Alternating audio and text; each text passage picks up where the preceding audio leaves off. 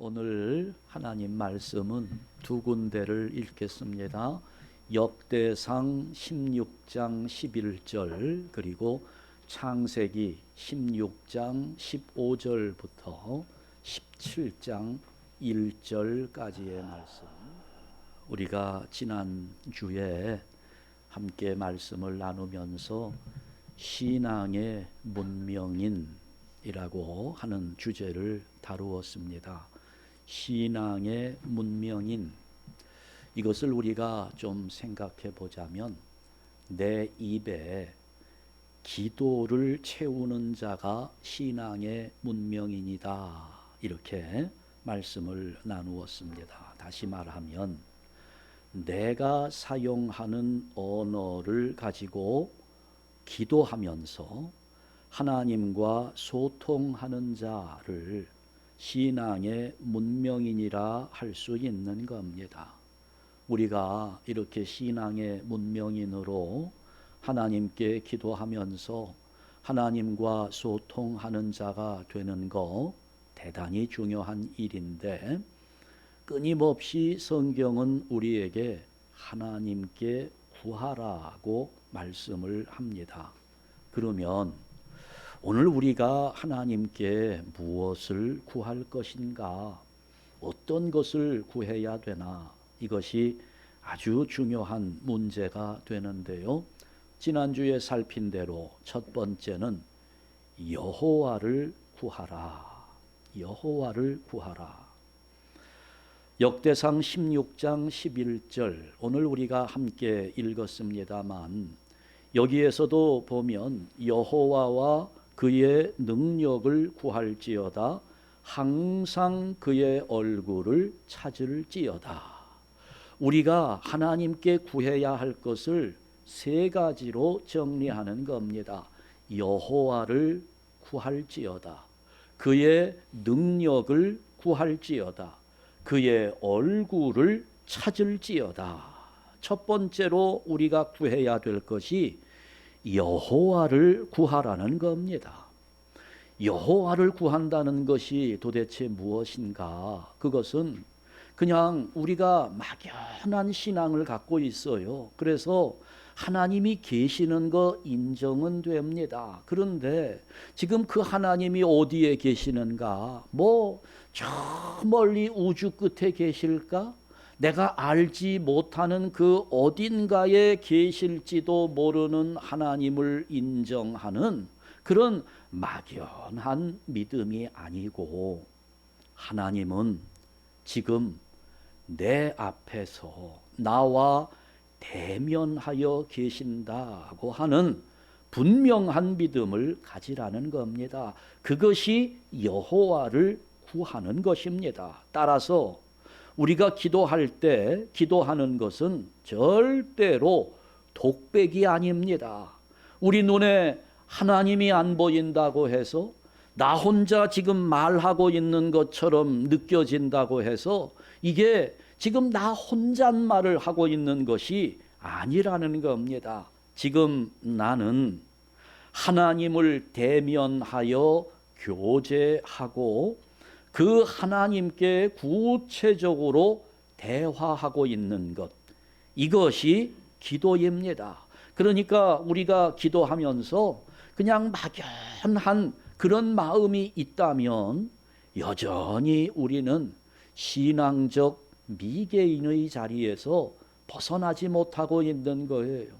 갓난아이의 모습, 어린아이의 모습을 벗어나지 못하고 있는 겁니다. 우리가 정말 성숙하다면 하나님 앞에 내 생각을 말씀드릴 수 있어야지요. 지금 내 안에 있는 하나님을 향한 신앙 고백을 표현할 수 있어야 됩니다. 지금 내가 무엇을 원하고 있는지 그것을 하나님께 말씀드릴 수 있어야 하는 것이지요. 여호와를 구하라. 첫 번째 구해야 될 것인데요, 그것은 나는 지금 하나님 앞에 있다는 확신을 가지라는 말씀입니다. 멀리 계시지 않아요? 어딘가에는 아마 있을 것이다, 이런 막연한 믿음 아닙니다. 하나님은 지금 내 앞에 계시고 나는 하나님 앞에 있고 하나님은 나를 보시며 머리털 숫자까지도 세고 계신다는 구체적인 믿음을 가지고 그 하나님께 기도하는 신앙의 문명인이 될 수 있기를 주님의 이름으로 축원합니다. 두 번째, 우리가 구해야 될 것, 그의 능력을 구할지어다. 하나님 여호와의 능력을 구하라. 여러분, 이런 말씀 당연해요. 우리가 살면서 부족하니까 하나님의 능력을 구하는 것은 너무 당연한 일로 보입니다. 또 실제로 우리가 하나님의 능력을 구하고 있어요. 그러나 조금 오해가 있습니다. 그의 능력을 구할지어다, 이 말씀은 내 능력에 하나님의 능력을 더해야 한다, 이런 내용이 아니라는 겁니다. 여러분, 이거는 내가 능력이 있는 걸로 여겨지잖아요. 여러분도 뭔가 할 수 있는 것이 있다고 생각되지요. 그러니 내가 할 수 있는 것이 있는데 내가 할 수 있는 것이 이만큼이니까 이것을 더 크게 하기 위해서 하나님의 능력을 끌어다가 거기에 더하라 하는 이런 의미가 아니라, 이 말씀은 하나님의 능력만 전적으로 의지하라는 말씀입니다. 여러분, 잘 생각해 보세요. 우리 하나님이 어떤 분입니까? 우리 하나님은 전능하신 분입니다. 그런데 그 전능하신 하나님을 믿고 있는 많은 교인들은 그 하나님의 능력과 상관없는 삶을 살고 있습니다. 하나님은 전능하신데 무력한 성도들. 여러분, 왜 이런 현상이 나타나고 있을까요? 이유는 한 가지입니다. 여전히 내 힘으로 할 수 있다는 마음을 버리지 못하기 때문입니다. 내 힘을 포기하고 하나님의 능력만을 전적으로 의지하지 못하고 있기 때문에 전능하신 하나님 앞에 우리는 그저 무능한 성도로 밖에는 존재하지 못하고 있는 것입니다.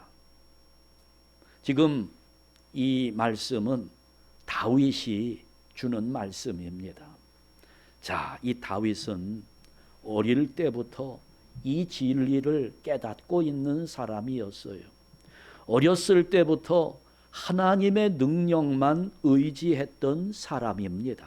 그랬기 때문에 그 삼손이 골리앗이 앞에 나타났을 때 모든 이스라엘 사람들이 벌벌 떨고 있는데 그 어린 다윗이 나아가서 골리앗 앞에 싸우겠다고 덤벼들 수 있었던 이유가 하나님의 능력만 의지했기 때문입니다. 사무엘상 17장 37절 보세요. 사울 왕이 이렇게 보니 한심합니다.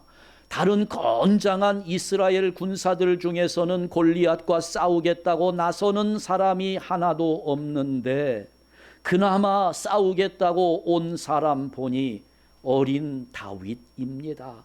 야, 네가 골리앗과 어떻게 싸울 수 있느냐? 말도 안 된다. 사울이 그렇게 생각할 때 다윗은 사울 앞에 자기가 신뢰하고 있는 분명한 믿음을 보여줍니다. 사울에게 이렇게 말하죠. 여호와께서 나를 사자의 발톱과 곰의 발톱에서 건져내셨은즉 나를 이 블레셋 사람의 손에서도 건져내시리이다. 하나님의 능력으로 할 수 있다는 고백을 하고 있는 겁니다. 그러면서 골리앗 앞에 나갑니다. 골리앗 앞에 이렇게 외칩니다. 17장 45절 47절 말씀을 보면 너는 칼과 창과 단창으로 내게 오거니와 나는 만군의 여호와의 이름 곧 내가 모욕하는 이스라엘 군대의 하나님의 이름으로 내게 나아가노라. 너는 너의 힘이 강하다고 믿고 나에게 나오지만 내가 작다고 소년이라고 무시하고 있지만 나는 나의 힘이 아니라 하나님의 이름으로 내 앞에 서 있다는 겁니다. 하나님의 능력을 의지한다는 것이고요. 전쟁은 여호와께 속한 것인즉 누가 힘이 더 세나 자랑하는 자리가 아니라는 겁니다. 하나님 손에 달려 있다는 거예요. 결국은 골리앗을 쓰러뜨립니다. 그리고 다윗은 나중에 왕이 되었습니다. 이스라엘 군사들이 전쟁터에 나갈 때마다 왕이 군사들 앞에서 격려의 말을 전합니다. 위로의 말을 합니다. 그럴 때 시편 20편 7절 말씀에 보면 다윗은 전쟁에 나가는 군사들에게 이렇게 위로해 줘요. 우리 다 같이 읽습니다. 어떤 사람은 병거, 어떤 사람은 말을 의지하나 우리는 여호와 우리 하나님의 이름을 자랑하리로다. 아멘. 다윗은 자기 인생의 결론을 내리면서 분명하게 알고 있는 거예요.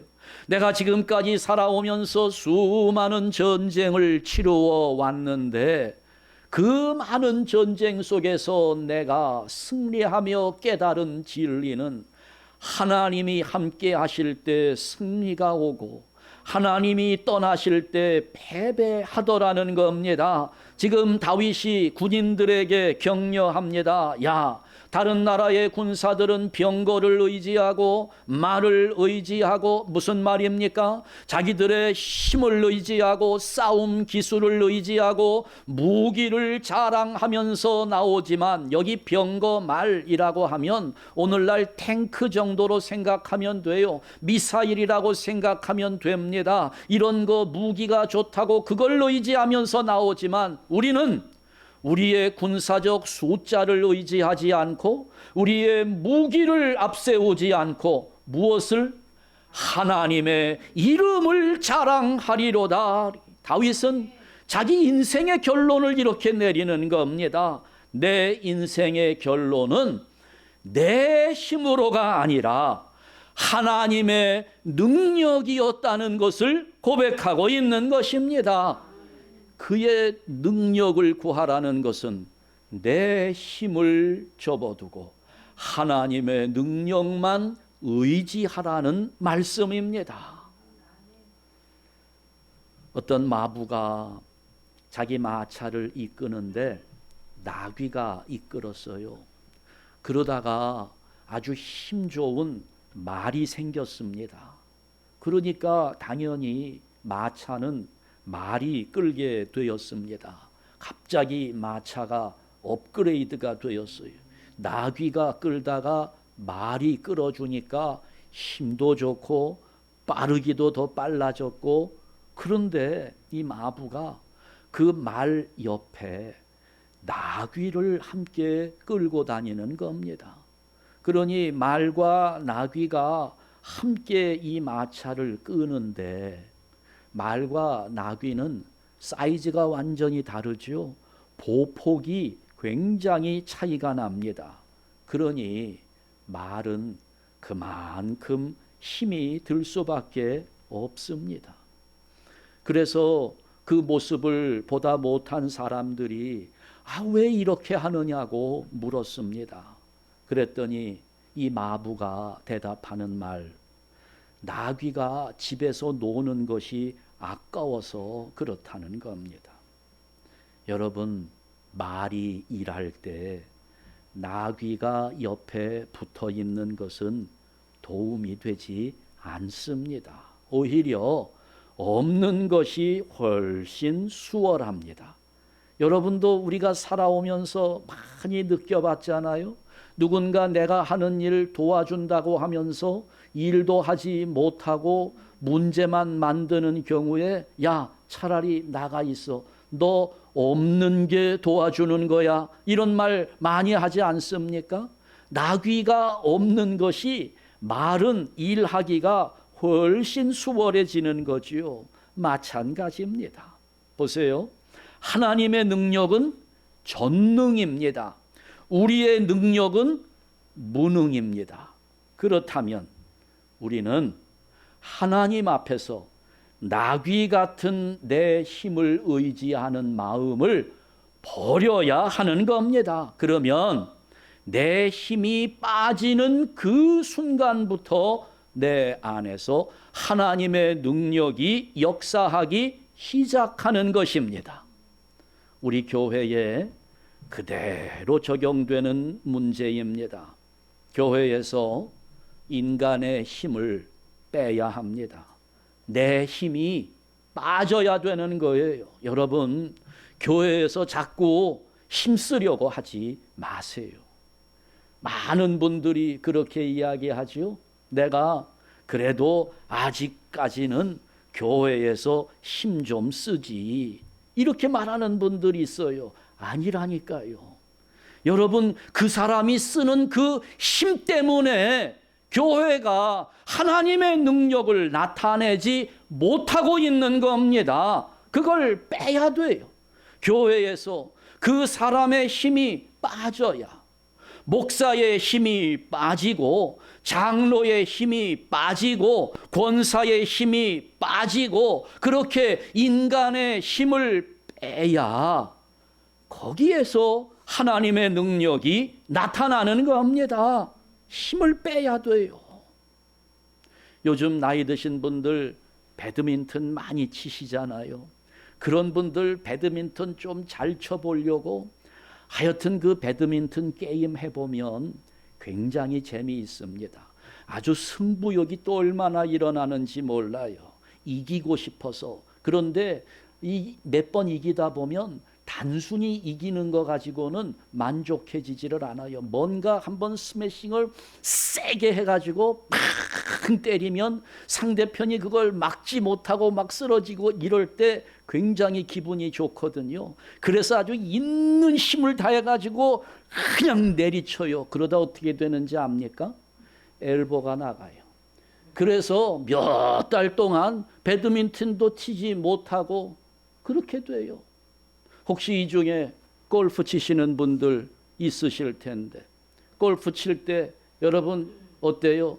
힘을 줘가지고 세게 내리쳐야 잘 될 것 같습니까? 어떻게 해야 잘 돼요? 배드민턴이나 골프나 똑같습니다. 힘을 줘야 잘 될까?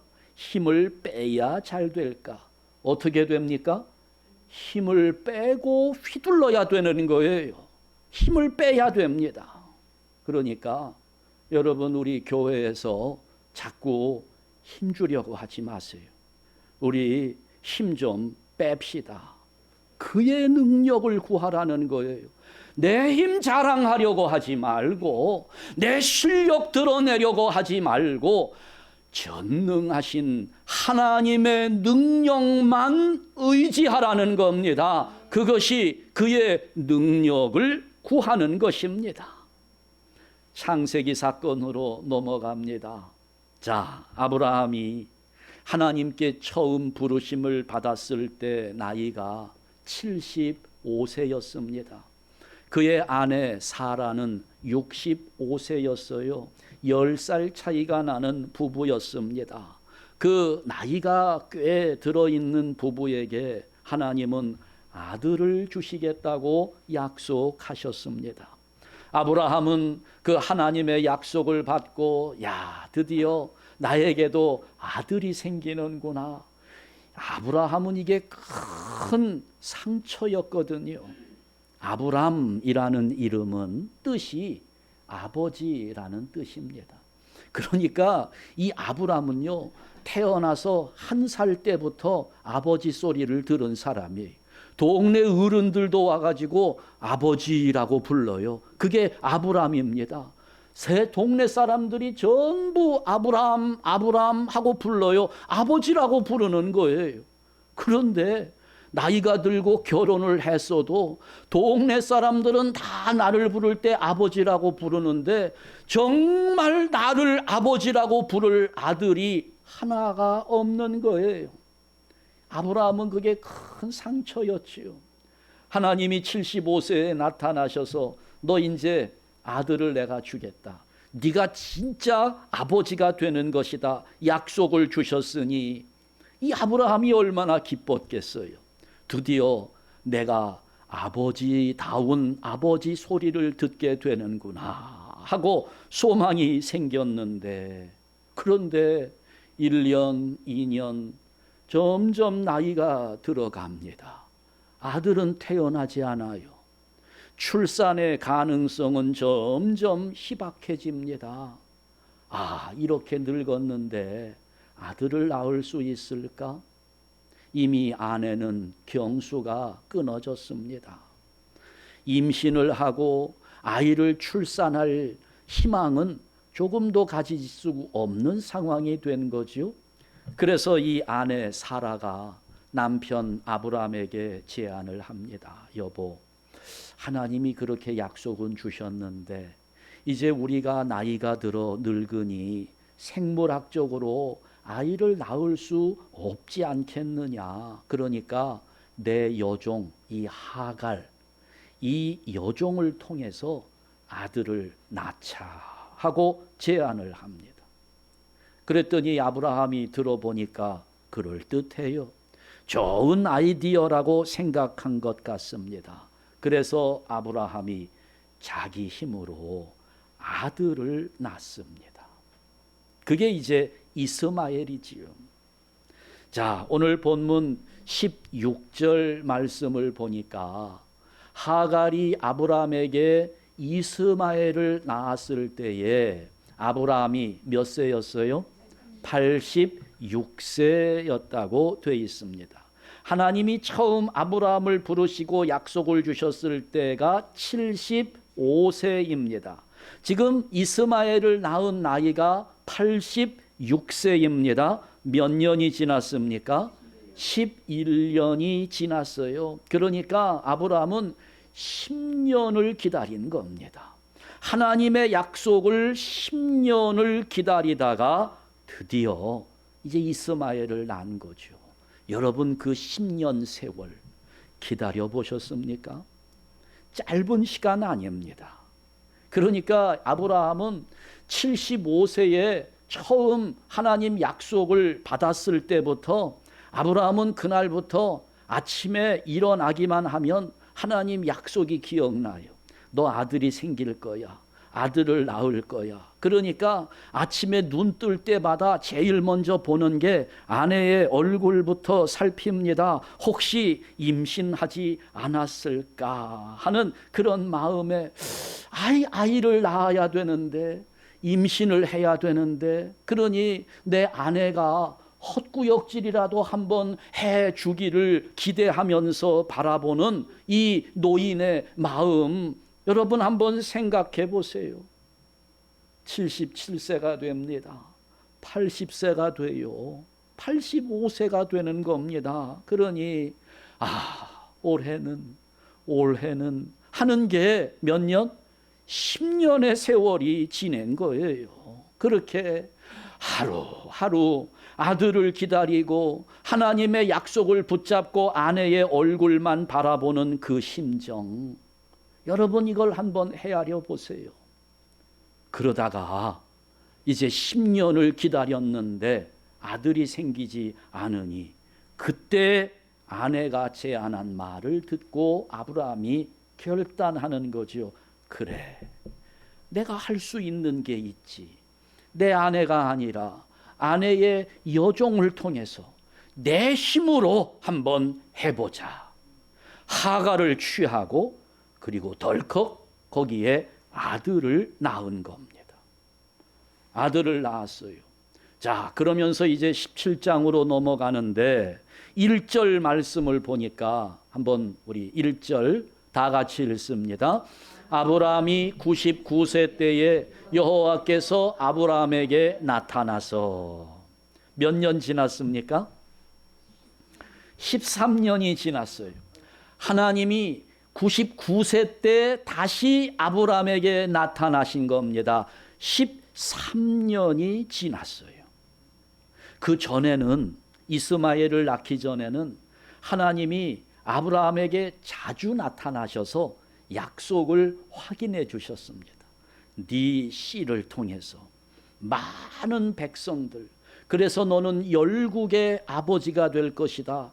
많은 무리의 아버지에서 열국의 아버지로 이름을 바꾸어 주시잖아요.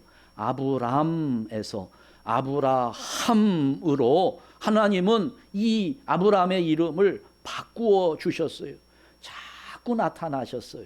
계속 나타나셔서 이 약속을 확인해 주신 겁니다. 야, 내가 너에게 약속을 주니까 너는 나를 믿어라. 내가 내 씨를 통해서 하늘의 비열과 같이 자손이 번성하게 할 것이다. 이랬었는데 그 하나님이 이스마엘을 낳고부터 몇 년 동안요? 13년 동안 아브라함을 외면하신 겁니다. 뭘 의미할까요? 아브라함의 행위가 하나님 마음에 들었다 안 들었다? 너무 잘 아시네요. 그 아브라함의 행위가 하나님 마음에 안 들었다는 겁니다. 여기서 우리는 13년 동안 침묵하신 하나님의 마음을 보아야 합니다. 무슨 마음입니까? 네 힘을 의지하지 말고 나를 바라보라는 하나님의 마음입니다. 내가 너에게 약속을 주었는데, 내가 하리라고 했는데 왜 너는 나의 약속을 기다리지 못하고 네 힘으로 하려고 하느냐 하는 꾸지람이 아브라함에게 주어지는 겁니다. 몇 세에 나타나셨어요? 99세에 나타났습니다. 아브라함 나이가 99세예요. 이제는 아들을 낳을 수 있는 생물학적 가능성은 완전히 사라졌습니다. 자기의 힘이 어떻게 된 거예요? 다 빠졌어요. 자기 힘이 다 사라지니까 그때 하나님께서 다시 한번 아브라함에게 능력을 베풀어 주십니다. 그래서 100세에 낳는 아들이 이삭이 태어나는 거예요. 여러분, 바로 이것을 우리는 은혜라고 말하는 것입니다. 내 힘으로 하는 것은 은혜가 아닙니다. 요즘에 많이 유행하는 그런 사고 개념이 있지요. 무슨 적극적인 사고방식, 긍정적인 마인드를 가지고 할 수 있다. 우리는 뭐든지 할 수 있어. 밀어붙여. 한번 시도해봐. 노력해봐. 얼마든지 할 수 있어. 여러분, 이렇게 나의 가능성을 근거로 하는 것은 은혜가 아니라는 겁니다. 그러면 은혜가 뭡니까? 은혜는 아무런 힘을 가지지 못한 나에게 하나님이 오셔서 하시는 일, 이걸 우리가 은혜라고 하는 것입니다. 우리가 신앙생활 하는 중에 가장 어려운 유혹이 바로 여기에 있어요. 내 힘을 의지하고 나에게서 원인을 찾고 싶어 하는 만족감입니다. 아, 내가 이렇게 했어. 내 힘으로 이렇게 이룬 거야. 이걸 우리는 너무 기대하고 있어요. 우리가 이것을 너무 원하고 있는 겁니다. 이게 우리에게는 가장 큰 유혹입니다. 가장 큰 시험거리예요. 그런데 보세요. 아브라함의 힘으로 나온 아들이 이스마엘인 것처럼 내 힘으로 만들어내는 열매는 이스마엘 뿐이라는 사실을 알아야 되는 겁니다.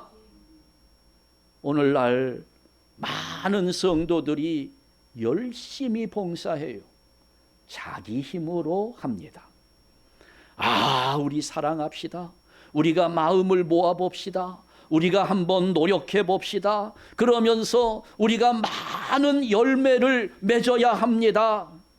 여러분, 그러나 우리가 은혜를 받기 전에 내 힘으로 뭔가를 만들고자 하면 뭐가 나와요? 하나님이 노 하시는 이스마엘이 나오는 겁니다. 은혜는 나의 가능성이 일어나는 것이 아니에요. 나는 죽고 그리스도가 내 안에서 역사할 때 우리는 그것을 은혜라고 말하는 겁니다.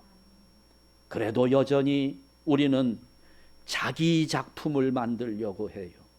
자기 열매를 얻으려고 합니다. 그러나 하나님은 우리에게 은혜의 작품을 내놓기를 원하시는 거예요. 여러분, 내 작품이 아니고 은혜의 작품입니다. 내 힘으로 만든 것이 아니라 하나님이 내 안에 오셔서 하나님의 능력으로 만들어 놓으시는 것, 은혜의 작품을 내놓기 원하고 계시는 거예요. 얼마나 많은 열매를 거두느냐가 문제가 아닙니다. 어떤 열매를 거두느냐의 문제입니다.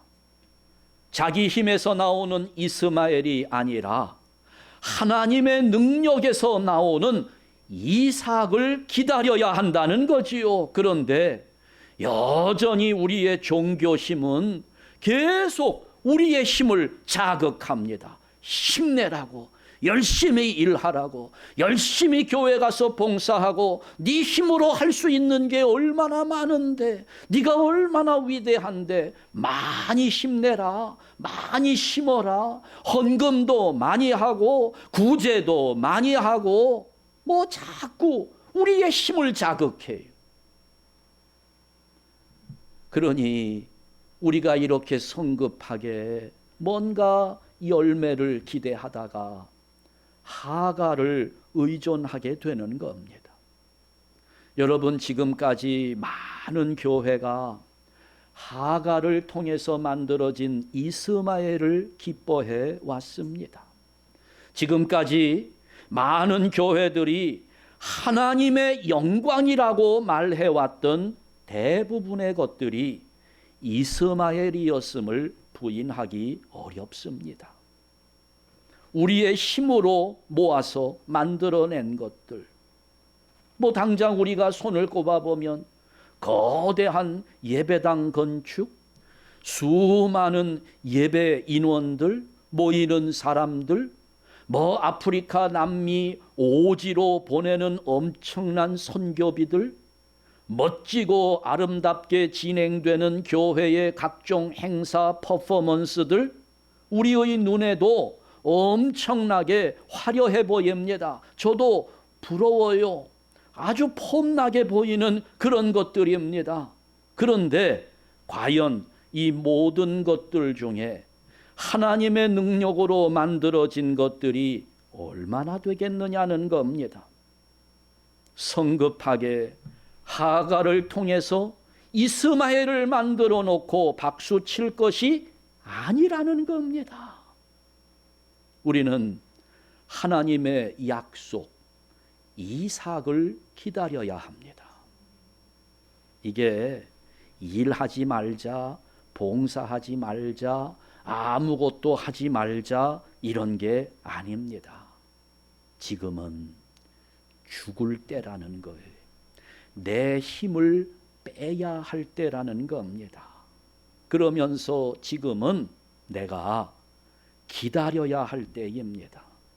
그 기다려야 할 때가 제자들에게는 3년 반의 시간이 필요했고, 사도 바울에게는 14년이 필요했고, 야곱은 20년을 기다려야 했고, 아브라함은 24년을 기다려야 했습니다. 모세에게는 심지어 40년이었습니다. 오늘 우리는 하나님께서 400년이라도 기다리라고 하시면 우리는 기다려야 하는 거예요. 거기서 성급하게 하가를 찾으면 안 됩니다. 나의 힘으로 하려고 하면 안 된다는 거예요. 우리는 은혜의 열매를 맺어야지 자기 작품을 내어놓아서는 안 될 것이라는 말씀을 드리는 것입니다. 저는 오늘 우리 교회 찾아오시는 분들에게 참 안타까운 마음을 가져요. 내가 이 교회에 가면 이거 할 수 있습니다. 내가 이 교회에서 이 부분을 도와줄 수 있습니다. 그래서 그것을 위해서, 그것을 하기 위해서 내가 이 교회에서 충성하겠습니다. 인간적으로는 고맙고 감사한 마음이지만 안타까워요. 교회는 그 사람의 능력을 필요로 하지 않습니다. 내가 교회에 와서 하나님의 말씀을 받고 하나님 앞에 예배하면서 내가 은혜를 받고 그 은혜로 뭔가 하게 될 때 그 은혜의 열매가 우리 교회에 필요한 것이지 자기 작품이 필요한 것이 아니라는 것입니다. 전에도 제가 수차례 강조했어요. 은혜가 먼저입니다. 은혜가 먼저예요. 그 은혜는 내 힘이 빠질 때 하나님의 능력이 임하고 그 능력으로 만들어지는 열매가 은혜의 열매라는 것입니다. 그때까지 기다려야 되는 거예요. 그 은혜가 올 때까지 기다려야 되는 겁니다. 우리 예수님 부활하시고 이제 승천합니다. 그때 제자들에게 말씀하시며 권면하시는데 누가복음 24장 49절 말씀을 보면 다 같이 읽습니다. 볼지어다 내가 내 아버지께서 약속하신 것을 너희에게 보내리니 너희는 위로부터 능력으로 입혀질 때까지 이 성에 머물라 하시니라. 아멘.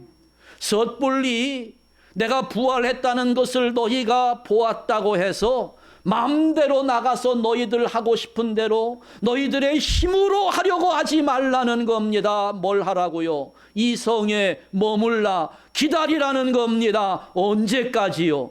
위로부터 능력으로 입혀질 때까지, 하나님의 능력이 임할 때까지 뭘 하라고요? 기다리라는 겁니다. 기다려야 된다는 거예요. 기다립시다. 많은 분들이 교회 걱정을 해줘서 참 감사해요. 그렇게 걱정하시니 우리 교회가 부흥되겠지요마는 여러분, 우리가 뭐 좀 안 되는 것처럼 보이고 뭐가 좀 열매가 없는 것처럼 느껴지고 그래서 좀 답답한 마음이 들기도 하지만 그럼에도 하나님이 원하시는 것은 기다리라는 겁니다. 섣부르게 우리 빨리 좀 어떻게 해보자고 하가를 찾으러 다니지 말자는 거예요. 하나님의 능력이 우리에게 임할 때까지 기다려야 되는 겁니다. 10년을 기다렸는데요, 20년이나 기다리지 않았습니까? 아니요. 여러분, 조급해할 필요 없어요. 10년 아니라 40년을 기다렸다 할지라도 조급한 마음 가질 필요 없습니다. 여전히 우리는 기다리면서 내 힘을 빼는 훈련을 해야 되는 겁니다. 주여, 나는 죽고 내 안에 그리스도가 살기를 원합니다. 기도하면서 죽고 또 죽고 양보하는 훈련을 계속 하면서 언제까지요? 하나님의 능력만 의지하는 믿음이 자리 잡을 때까지. 그때 하나님의 능력이 부활하신 그리스도의 생명으로 내 안에서 역사하기 시작하는 것입니다. 여러분, 우리 한샘교회 내 능력으로 내 힘으로 이스마엘을 만드는 교회가 아니고 내 힘은 빠지고 나는 죽고 그리스도의 생명으로 하나님이 하게 하시는 그 능력을 따라 이삭을 낳는 교회가 될 수 있기를 주님의 이름으로 축원합니다. 기도하겠습니다. 하나님 아버지, 우리들이 지금까지 많은 열매를 맺었지만, 많은 자녀를 낳았지만 하나님의 약속을 따른 이삭이 아니고 육체의 열매인 이스마엘만 만들었던 우리들입니다. 그 한계를 알면서도, 그 비참한 결국을 보았으면서도 여전히 내 힘으로, 나의 열심으로 주의 의를 이루어 보겠다고 촐싹대며 서둘렀던 우리의 모습을 불쌍히 여겨 주시옵소서. 내 안에 종교를 벗어버리게 하시고 생명의 질서를 따르기를 원하나 기다리는 세월이 너무 답답하여 또다시 서두르며 조잡한 작품을 만들어내고 있는 우리의 모습들, 하나님, 그러나 이제 우리는 이삭을 낳기를 원합니다. 우리를 불쌍히 여기시고 하나님의 능력을 기다리는 지혜로 결국은 이삭을 낳는 은혜의 열매를 맺는 교회로 세워 주시옵소서. 종교적 열심이 특심한 이 시대를 살아가는 우리들을 불쌍히 여겨 주셔서 이제 우리 한샘 교회 복음의 진리, 생명의 진리를 깨닫고 우리 모두가 이렇게 기다리고 또 기다리는 훈련을 감사함으로 받아들이며 성실하게 우리에게 주어진 사명을 감당하도록 인도하여 주시옵소서. 예수 그리스도의 이름으로 기도하옵나이다. 아멘.